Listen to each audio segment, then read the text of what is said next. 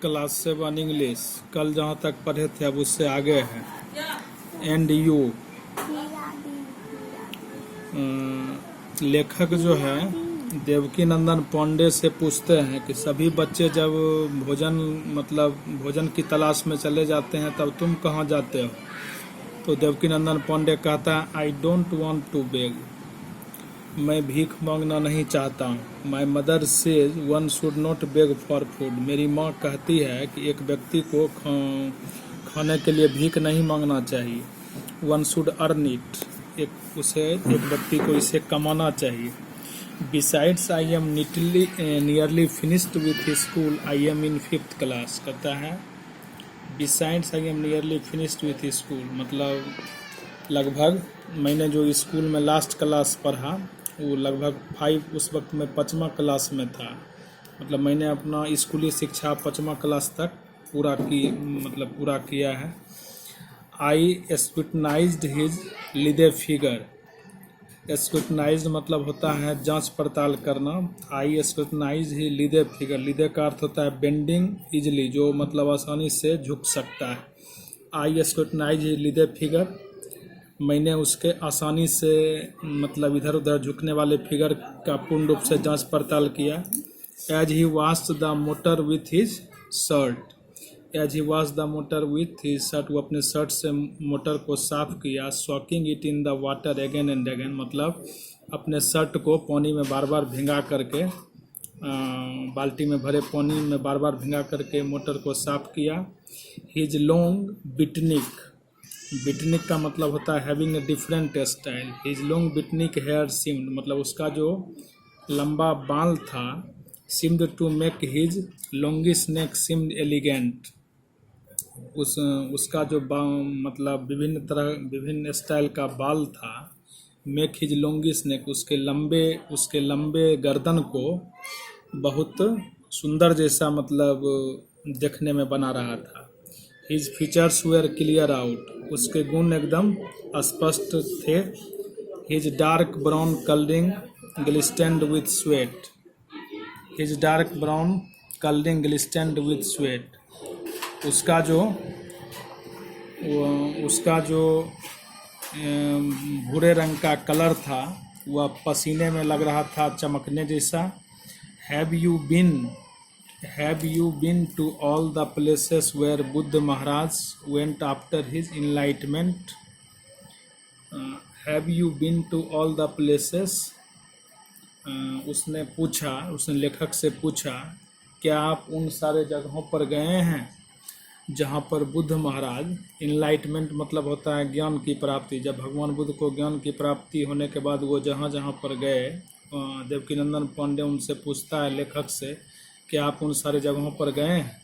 No, तब लेखक जवाब देते हैं नहीं। But I pass through Banaras where he argued with the Brahmins, लेकिन वो कहते हैं कि जब मतलब बनारस में जा चुका हूँ जहाँ पर मतलब ब्राह्मणों के साथ उनकी भेंट हुई थी।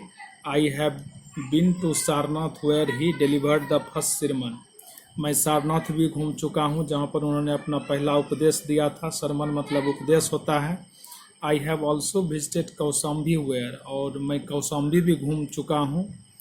I am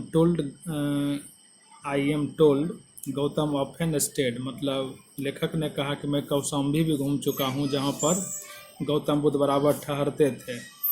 note Mithila where he stayed with Amrapali, तब देवकीनंदन पांडे ने कहा क्या आप मिथिला कभी घूमे हैं जहाँ पर गौतम बुद्ध आम्रपाली के साथ ठहरे थे? आम्रपाली एक डांसर थी। The boy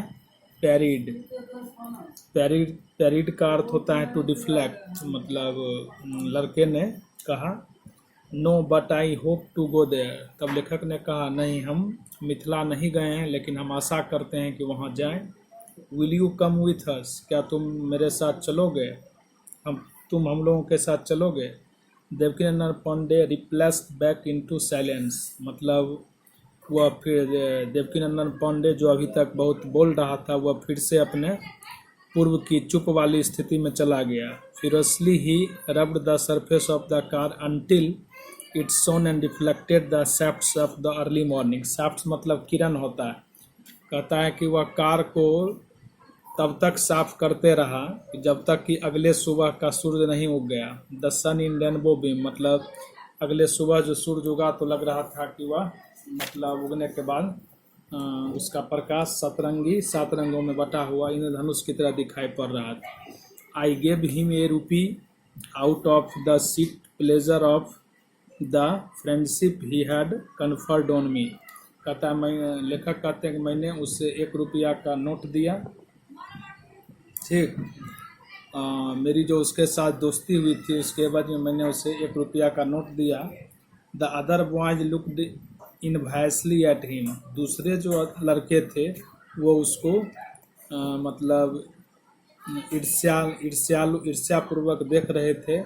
and one indigent young man, indigent का अर्थ होता है वेरी पुअर, तो एक जो बहुत गरीब जवान लड़का था उनके बीच में stretched his hand out of A tip for doing nothing. उस गरीब लड़के ने कुछ नहीं किया था लेकिन फिर भी वह टिप के रूप में कुछ पैसे चाहता था।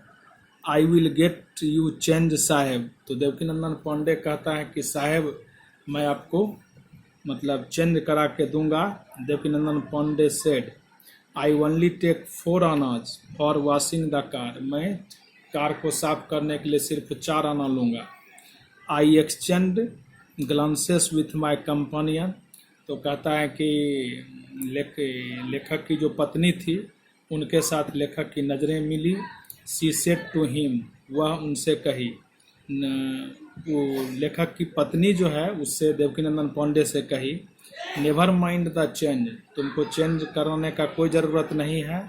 You wash the car tomorrow again, ठीक है अगर तुमको 4 आना ही लेना है तो तुम यह पैसा अपने ही पास रखो और कल फिर तुम मेरे कार को साफ कर देना।